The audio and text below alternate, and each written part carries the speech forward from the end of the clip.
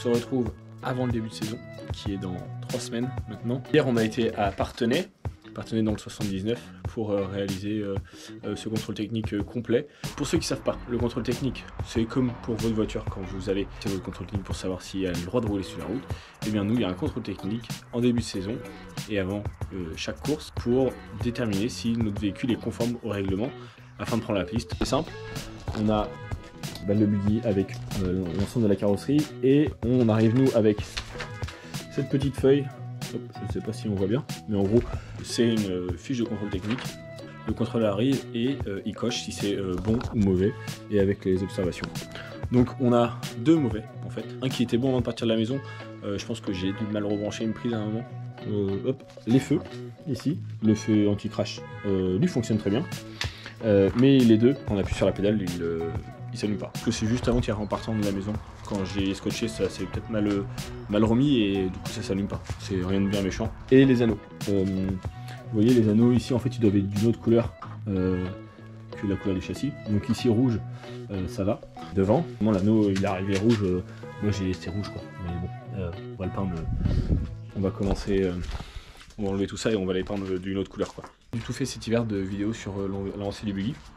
Parce que j'ai fait de la soudure, des fils, couper des fils, raccorder des fils, rien d'extraordinaire quoi.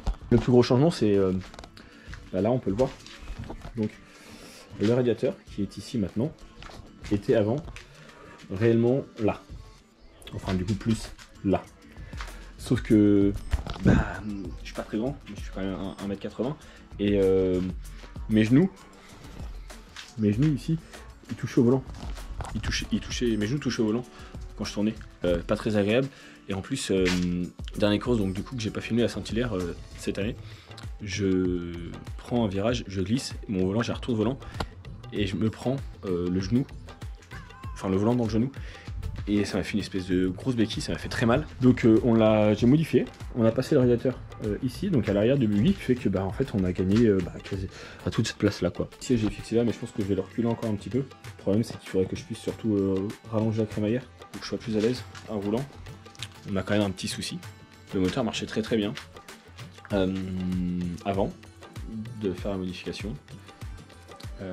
Moi j'ai essayé plusieurs fois, je montais en rupture, en accélérant. Pas de soucis.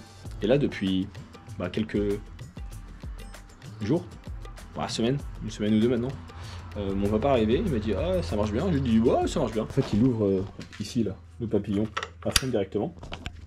Et quand il ouvre, on monte doucement, ça y va. Et dès que tu ouvres à fond, paf, hop, le moteur comme si s'étouffait. Au début on pensait que ça venait de là. Bon là on est en cours, il fallait qu'on fasse un test. On pensait que ça venait là, ça parce qu'en fait en bougeant le capteur de position, ça le faisait plus. Voilà. Donc là on pense que nos prises sont bonnes.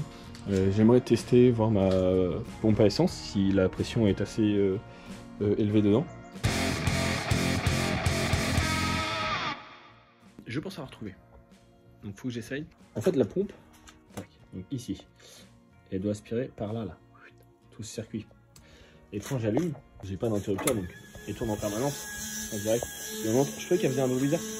Et là, je sais pas si on voit bien, mais il n'y a rien qui coule. Bon, et je pense que j'ai trouvé ce petit coquin. Et le filtre à essence, qui est du coup techniquement là, qui est dans ça et ça.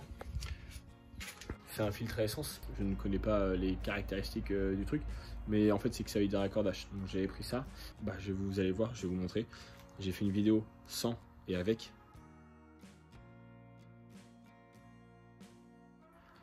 Il n'y a pas de débat quoi. Je pense que la pression n'arrive pas. Donc je viens de le nettoyer. Je vais essayer de le remonter et voir si la pression est revenue. Si elle n'est pas revenue, je vais en commander un autre. Bon, je ne l'ai pas filmé parce que je l'ai fait rapide. Parce qu'à un moment les voisins ils vont me détester déjà, je pense que même pas trop. Mais différence de pression incroyable entre nettoyage avant et après du filtre à essence. Là j'ai démarré, j'ai mis un coup de gaz, pof, c'est monté, pas eu de truc, et en plus on entend, il tourne beaucoup mieux quoi. Donc voilà, maintenant faut que je remonte, je range, je vais me laver parce que je pue l'essence.